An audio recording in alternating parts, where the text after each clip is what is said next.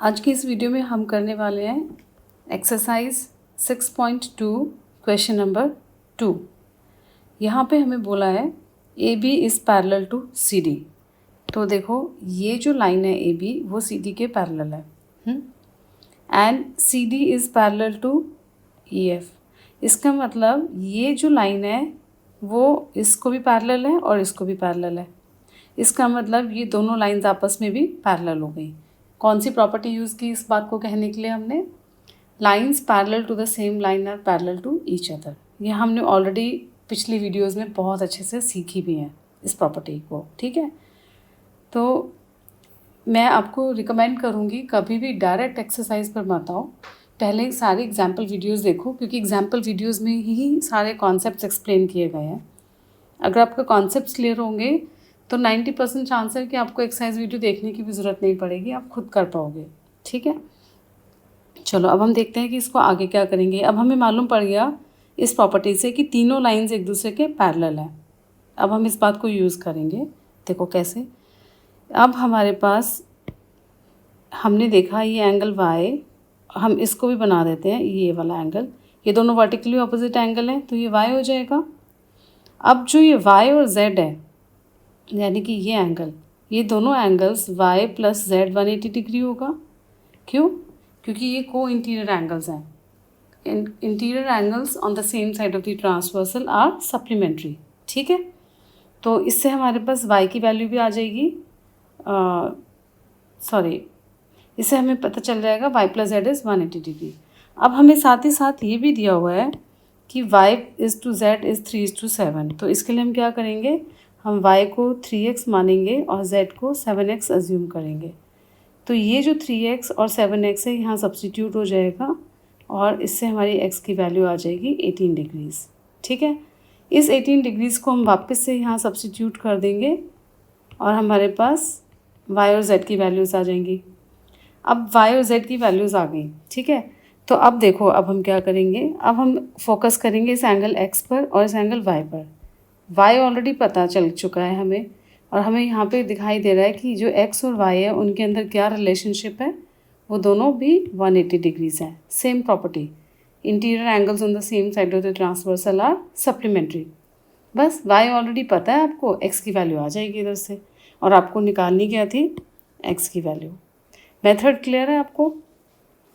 तो आपको सिर्फ और सिर्फ ये ध्यान रखना है इन क्वेश्चंस के अंदर कि जो एंगल्स दिए हैं उनका आपस में एक दूसरे से क्या रिलेशनशिप है, क्या रिश्ता है।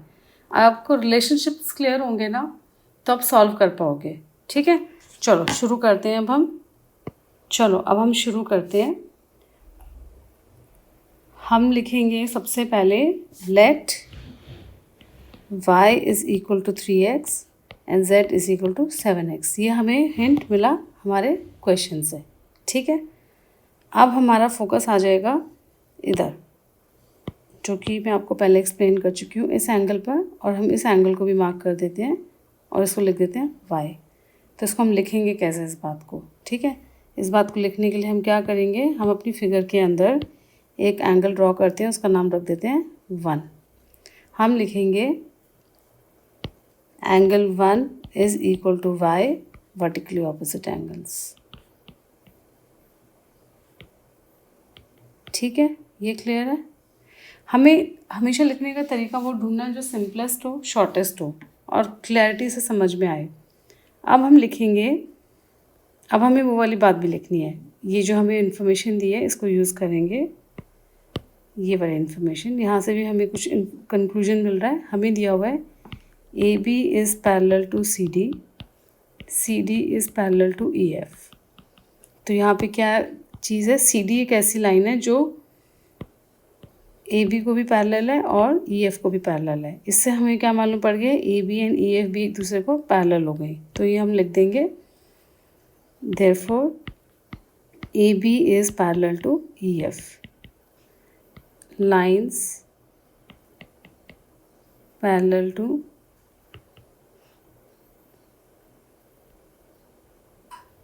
the same line are parallel to each other, ठीक है।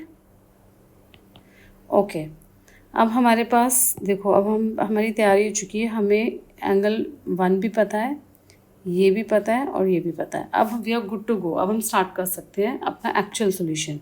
अब हम लिखेंगे angle 1 plus z is equal to 180 degree. अब हम ये लिखेंगे, तो हम लिखेंगे एंगल 1। पहले हमें लाइंस मेंशन करनी पड़ती हैं हमेशा, ये प्रॉपर्टीज़ यूज़ करने से पहले। हमारे यहाँ लाइन है CD और EF, ट्रांसवर्सल का नाम रख लेते हैं L। तो हम लिखेंगे CD is parallel to EF,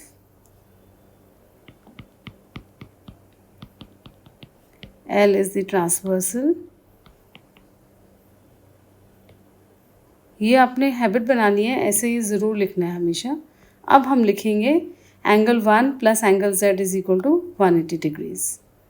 angle 1 plus z equal to 180 degrees. Reason क्या हो गया? Angles on the same side of the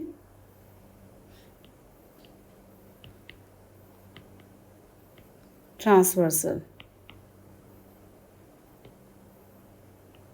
ठीक है, तो इससे हमारे पास क्या आ गया?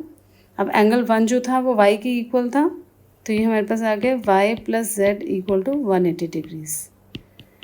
देखो यहाँ पर ये रहा। अब y की वैल्यू 3x और 7x हम सब्स्टिट्यूट कर देंगे, तो हमारे पास आ गया 3x plus 7x is equal to 180 degrees. हमने y और x की वैल्यू सब्स्टिट्यूट कर दी। So 10x is equal to 180 degrees. So this implies x is equal to 18 degrees. ठीक है, तो ये आ गया हमारे पास। अब इसकी हेल्प से हम y और x की वैल्यूज़ निकाल सकते हैं, क्योंकि x मालूम पड़ गया है। तो हम यहाँ निकाल लेते हैं y is equal to 3x and z is equal to 7x। This implies y is equal to 3 into 18 and this implies z is equal to 7 into 18. So this implies y is equal to 54 degrees and this implies z is equal to 7 into 8 6 56 5 126 degrees. ठीक है, तो y plus z आ गए आपके पास, y and z आ गए।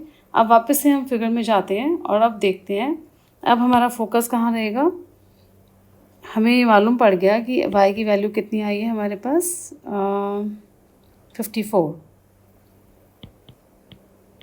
अब हम y पर और x पे फोकस करेंगे। इसके लिए हम कौन सी लाइंस चूज़ करेंगे? A B and C D.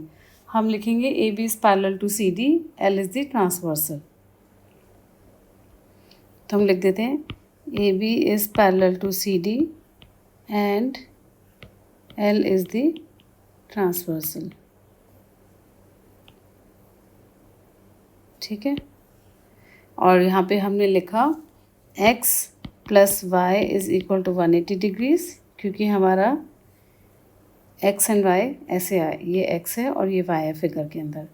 और ब्रैकेट में रीज़न लिखा हमने angles on the same side of the transversal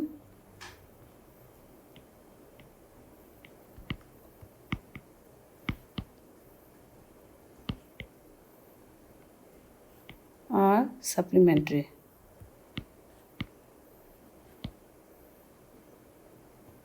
ठीक है, तो यहाँ से हमारे पास क्या आ गया? x प्लस y की वैल्यू ऑलरेडी है हमारे पास 54 degrees is equal to 180 degrees. इसको सॉल्व कर लो। 180 degrees minus 54, so this implies x is equal to 126 degrees. ये ही फाइंड आउट करना था x की वैल्यू। क्लियर है? कोई भी चीज़ जो आपको लग रहा है कि समझ नहीं आई है तो आप पूछो, आप पूछोगे तो ही मैं आपको एक्सप्लेन कर पाऊँगी। ओके।